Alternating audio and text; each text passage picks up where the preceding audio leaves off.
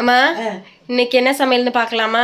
பார்க்கலாம்ப்பா. அதுக்கு முன்னாடி நம்ம செல்லப்பிள்ளை சால்வி சேனலை சப்ஸ்கிரைப் பண்ணுங்க, லைக் பண்ணுங்க, கமெண்ட் பண்ணுங்க, ஹைப் பண்ணுங்க. பார்க்கலாம் என்னன்னு.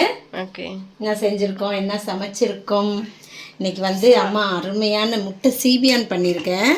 சூப்பர். அது அப்படியே பிளேட்டில் வச்சிடலாம். இதோட ரெசிபி வந்து நான் இப்போ 12:30க்கு போஸ்ட் பண்ணிடுவேன், செக் பண்ணி பாருங்கள்.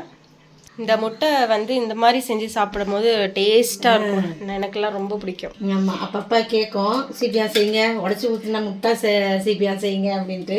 அதனால தான் இன்றைக்கி நல்லா அருமையாக செஞ்சுருக்கோம். வீடியோவில் பாருங்கள். உருளைக்கிழங்கு வறுவல். ஓகே, ஸ்பூன் சின்னதாக இருக்குல்ல, ரெண்டாக வருது. ஒன்றா வருது. ஒன்று தான் வருது. ஏய், நிறைய அள்ள முடியல.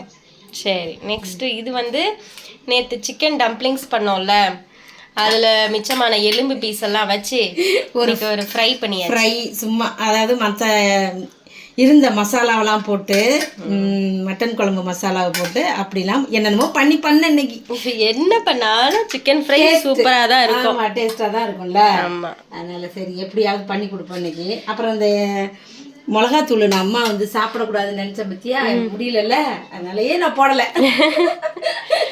கலர் மிளகாத்தூள்லாம் கலராக வந்து காஷ்மீரி மிளகாத்தூள் போடுவோம்ல, எல்லாம் காரம் தான் இருக்கும். இன்னும் போடலை, சும்மா லேசாக பார்க்கலாம், இல்லைன்னா சாப்பிட முடியாது. இப்போ இந்த பிளேட்டை கூட நான் தான் சாப்பிடுவேன். சோஃபி அவங்க தம்பி எல்லாரும் சேர்ந்து சாப்பிடுவாங்க. இதான் இன்னைக்கு நம்ம வீட்டில் சமையல். அடுத்தது இங்கே நான் என்ன பண்ணேன், எனக்கு தயிர் வேணும்னு கேட்டேன். பிளிங்கெட்டில் ஆர்டர் போடுமான்னு. தயிர் காலி ஆகிடுச்சா, நம்ம வீட்டில் போட்ட தயிர்.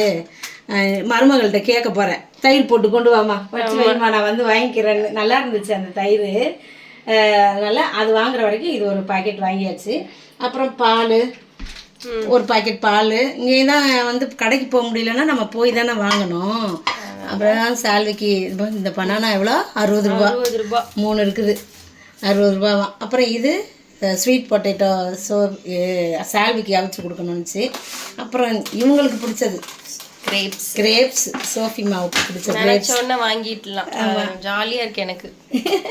நினைச்சோன்னு வாங்கிக்கிற மாதிரி. பிளிங்கெட்டில் ஆர்டர் போட்டோமா, வாங்கினோமா, சாப்பிட்டோமா, முடிஞ்சு போச்சு. போய் தேட தேவையில்ல. அதனால எல்லாத்தையும் வாங்கியாச்சு, செஞ்சாச்சு, சமைச்சாச்சு. இதான் நம்ம வீட்டு சமையல். உங்கள் வீட்டிலலாம் என்ன சமையல்னு கமெண்ட்ல சொல்லுங்கள். நம்ம அடுத்த வீடியோவில் பார்க்கலாம். பாய்.